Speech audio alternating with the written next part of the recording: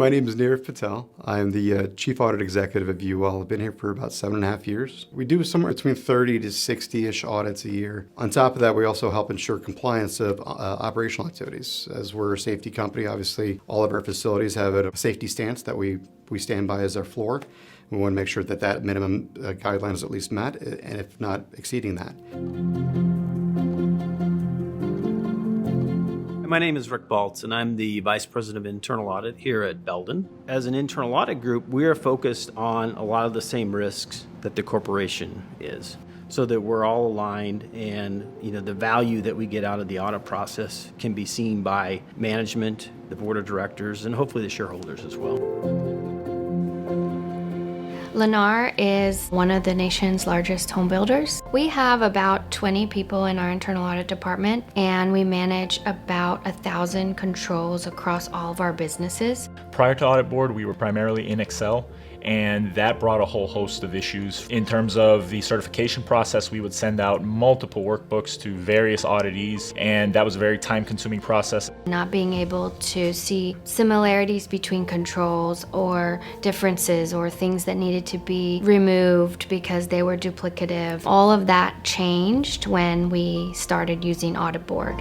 So before Ops Audit, we were using a competitor tool. When we first started, we were using it a lot, and then over time, as we started adding complexity into our audits, it became more difficult to manage. It was on-premises versus web-based or cloud-based. We wanted to have something that was more partnering and enabling us to do our work a bit better. Prior to Audit Board, we had a lot of unknowns when certain changes were made, what was there before, especially if we had file crashes.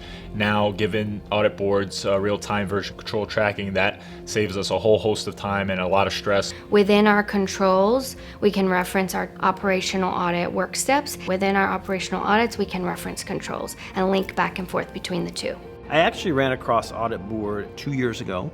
Me watching how it worked, it was very similar to how we had put together our processes. It's a cloud-based solution. I can access and see what's going on with all of my teams at any time of the day. And there's unlimited storage, which was big for us because we have a lot of documents. Getting a one view of where you are on all your audits. Here's your audit plan, or here's your ops view, and here's your dashboard. If here's all the 25, 30 audits you've got right now, you can see where they're at in terms of status, what's complete, what you started, what you're tracking. One of the things that I really, when I decided to go with Audit Board, was consistency of how my team does their work. We have a consistent control set within SOX Hub.